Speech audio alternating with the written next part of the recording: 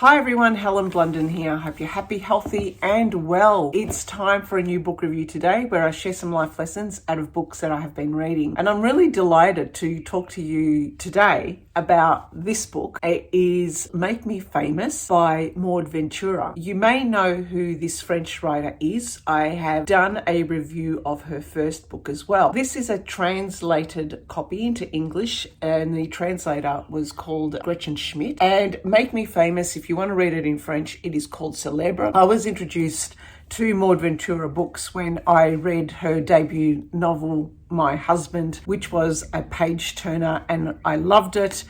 And I also love Maud Ventura's name. When I saw this in the library, I immediately borrowed it simply because I knew I was going to be in for a good ride. If you want a book that is a page turner, that is something that keeps you interested, that is something that you can't wait to pick up, then this is a book for you. I'm going to talk about a few things. The first thing is I'm going to talk about what it's about. I'm going to also meld that into my thinking around the translation, but then I'm going to talk about and pick out some of the few life lessons I got from this book. As I mentioned, this is a page turner, and when I read a book, I like to draw out and extract some thinking and then go down a rabbit warren of exploring what these thoughts are and learning more about them, because then it kind of opens your world. You're not just reading a book, but you're investigating things that maybe the author also researched, but also you're kind of tie things together and tie some ideas together about what are things happening in your life, how they can apply in your life.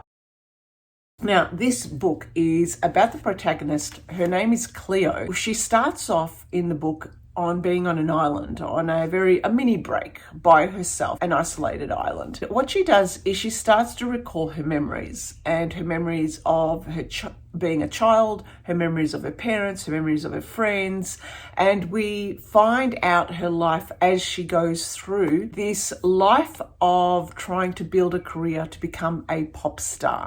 She tells us when she was a very young girl, one of the very first and the only things she ever wanted to do was to become famous, and hence the book Make Me Famous. Her entire life was driven around this concept of being on the lips of everyone, not only in France but around the world. Despite her very humble beginnings and her humble background of her parents who were academics, who didn't really get into the celebrity cult status. And that was one kind of life lesson or a question I had, possibly something that didn't make sense for me in this book. So the premise is all about a young woman who is desperately trying to be famous. Sure, we all have hankerings of becoming famous somehow. You know, some of us have YouTube channels. Okay, I'm kidding. I don't really want to be. It's just not a dumb thing. This Cleo happens to be a narcissist. I'm going to hazard to guess there's got to be categories of narcissism. I can't even say the word.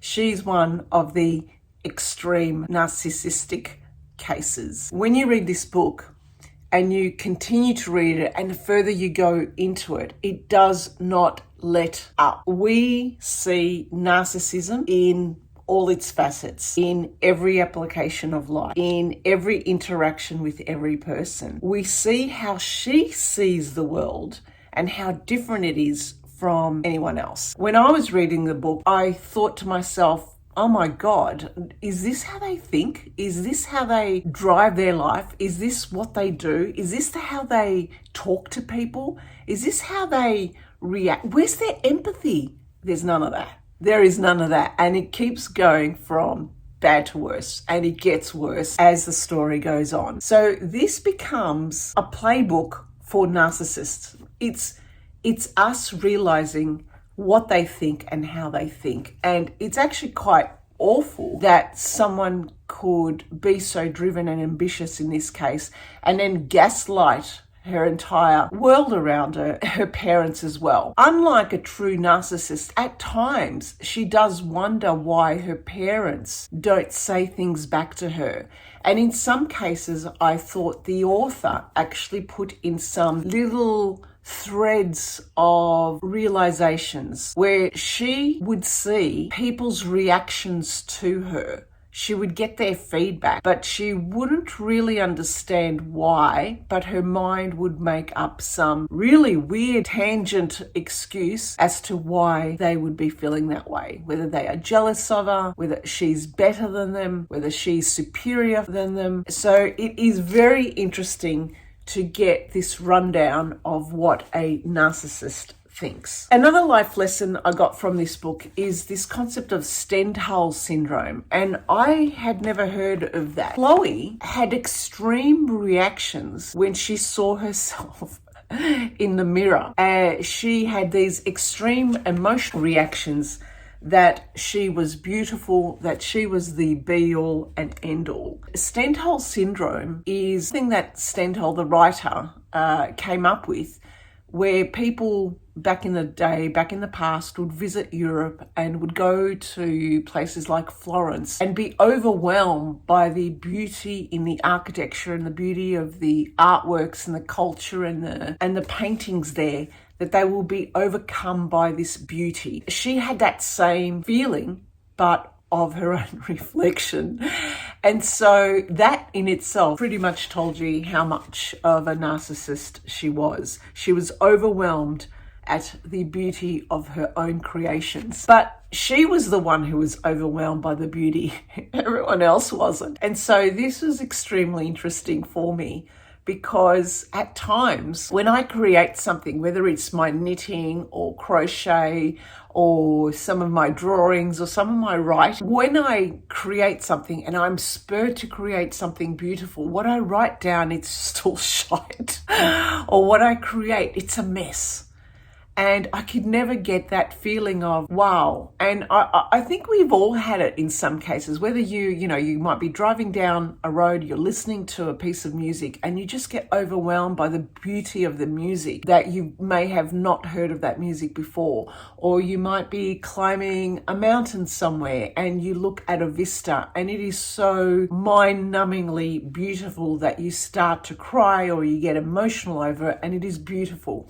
And then that inspires you to create something with your own hands or to do something that you want to re-inspire that feeling of greatness. But when you do it, it falls flat. That's my experience. But to a narcissist, hey, I found out that what they create, they have that feeling of their own creations, even though other people don't see it. That was interesting for me, because it really painted a picture of how different we think. Another life lesson was I started to think about the cult of celebrity and the cult of the media industry and the cult of being famous. Because this book was all about the pop industry, the music industry. I don't even know if you call it pop industry anymore. That's how far behind the times I am. I just simply don't follow that. It made me realize that, in the past where we would fawn over actors and actresses, do we do that anymore? I don't know. Models and so forth. They've paid a price to get to that, to get that celebrity. She wanted that celebrity. She wanted that fame, but she didn't want the other stuff that went with it. It would frustrate her. I would read this and I'd say, well, what is it that you want? It's either one or the other. If you accept being famous, you have to accept all the other stuff that goes with it. As she talks about her own story, we start to see how she comes up with strategies and ways of being able to deal with it. So she teaches herself certain phrases to say. She teaches herself certain actions in front of the camera so that she comes across as more open and more empathetic. So she's teaching herself some things that come naturally to other people, to the majority of people. I found that surprising. Do narcissists really look at the world and then try and behave in that way by practicing those mannerisms that come naturally to many of us? It made me also question this celebrity of cult and influence and how we put famous people on a pedestal, and how some of them might not be empathetic or may have been made to be quite unapproachable, distrustful, narcissistic, lack empathy simply because society have actually put them in a basket where they are seen as the be-all and end-all. Think about the backlash of Meghan Markle. I think about how people are reacting to Prince Harry. I thought about reading this book about Lady Diana. I thought about who else? Ultra famous people. But I had to think, who is it that is really known as a narcissist?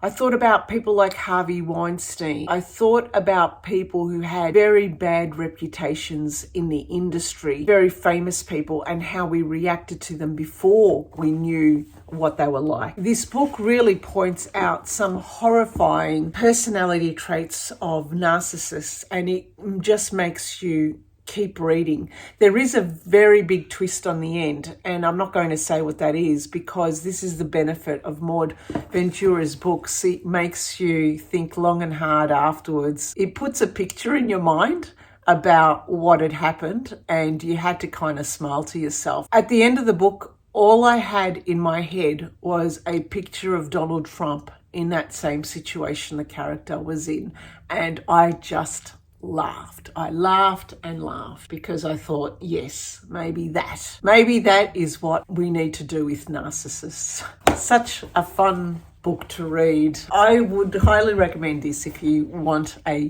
page turner. They are the few things I got in the life lessons. The knowledge of this Stendhal syndrome, the indication of how narcissists think and how different it is from the majority of the rest of us, and how to identify those behaviors next time if you come across people who gaslight you or who treat you less than human. What else? And the third aspect of it was questioning the industry and whether it is an industry where people like this flock to because it's what they thrive on and what they want, or is it an indication of a result of being in that industry and that changes the person towards having behaviors that might be narcissistic. All right then, thank you for listening and thank you for watching. Bye for now.